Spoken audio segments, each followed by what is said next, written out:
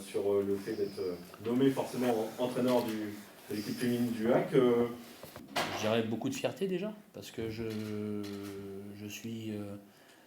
sais d'où je viens. Voilà, je sais d'où je viens, donc c'est vrai que de pouvoir se voir confier une équipe comme celle-là, bah, c'est toujours une expérience dans notre carrière d'entraîneur, c'est toujours une expérience rare. Ensuite, beaucoup d'humilité parce que je suis conscient aujourd'hui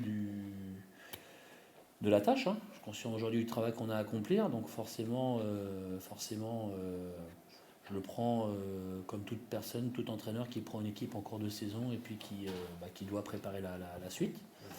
Et puis aussi beaucoup de motivation parce que honnêtement, bon, vous le savez tous, mais moi ça fait maintenant 16 ans que je travaille au club, donc j'ai eu la chance de travailler avec les pro garçons, j'ai eu la chance de travailler avec quasiment toutes les équipes de formation, donc je suis quelqu'un qui est plutôt très ancré et très ciel et marine, donc relever cette mission-là, ben voilà, je suis motivé pour le faire parce que j'aimerais que ben voilà, qu'on puisse maintenir cette équipe et puis se donner les chances de repartir en l'année prochaine, quoi. C'est réalisable? Aujourd'hui, faut analyser le championnat. On est dernier, on a une victoire, un nul.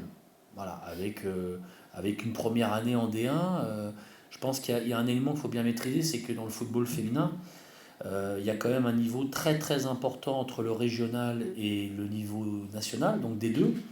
Et puis il ne faut pas oublier non plus qu'entre la D2 et la D1, bon, je pense que Laure vous en parlera parce qu'elle connaît très bien le niveau, il y a un écart énorme. Et en plus, dans ce même championnat, vous avez un écart énorme. C'est-à-dire qu'aujourd'hui, vous jouez les deux meilleures équipes européennes, si ce n'est mondiales, dans le championnat. Et puis à côté, vous avez aussi des clubs comme nous qui venons de monter, ou des clubs amateurs, ou en tout cas qui n'ont pas un statut professionnel. Le championnat il est divisé, on va dire, en trois parties. Hein. Vous avez les 4 premières, vous avez les 4 du milieu et vous avez les 4 dernières.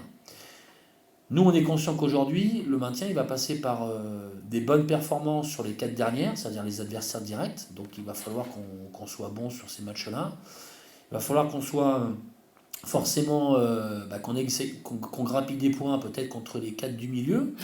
Et puis, après, qu'on espère forcément peut-être accrocher quelques points sur les 4 premières. Mais je veux dire, le championnat, ça va être un championnat qui va se jouer à 4. Quoi. Voilà. Et puis après, tout ce qu'on pourra prendre à droite ou à gauche, il faudra le prendre et puis aller le chercher. Donc, est-ce que c'est jouable?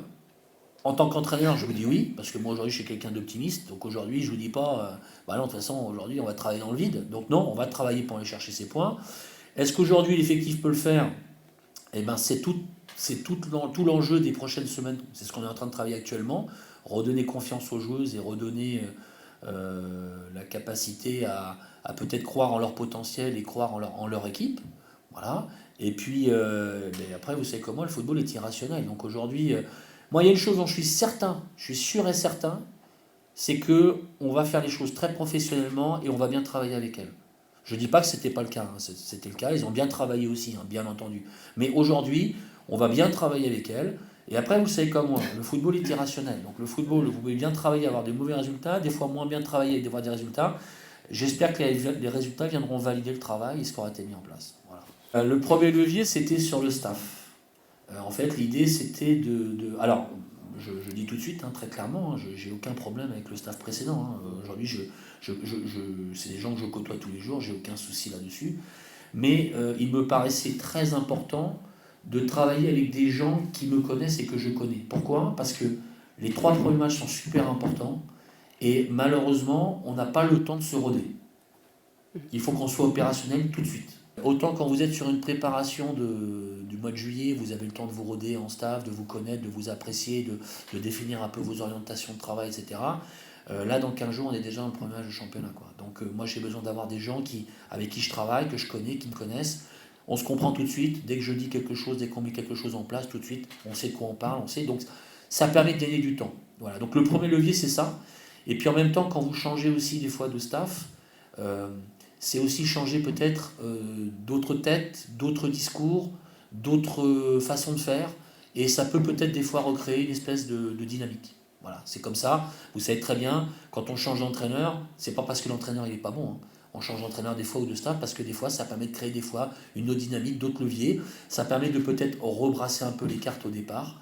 de départ. Donc ça permet de peut-être rebooster certaines joueuses qui peut-être ont besoin de reprendre de confiance. Donc tout à l'heure je parlais de confiance, c'est un des aspects. La pression, je dirais aujourd'hui, je ne vais pas parler de pression, moi je vais parler de l'envie de bien faire. Parce qu'aujourd'hui, quelle pression j'ai aujourd'hui?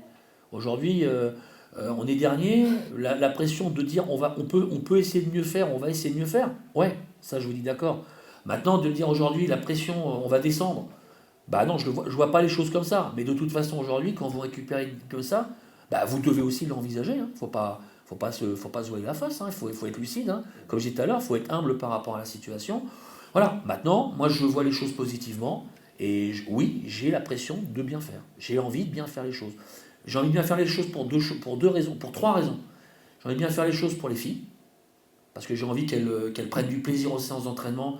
J'ai envie qu'elles progressent et j'ai envie qu'elles croient en ce qu'elles sont capables de faire pour essayer peut-être d'accrocher les points dont on a besoin. Ça, c'est la première chose.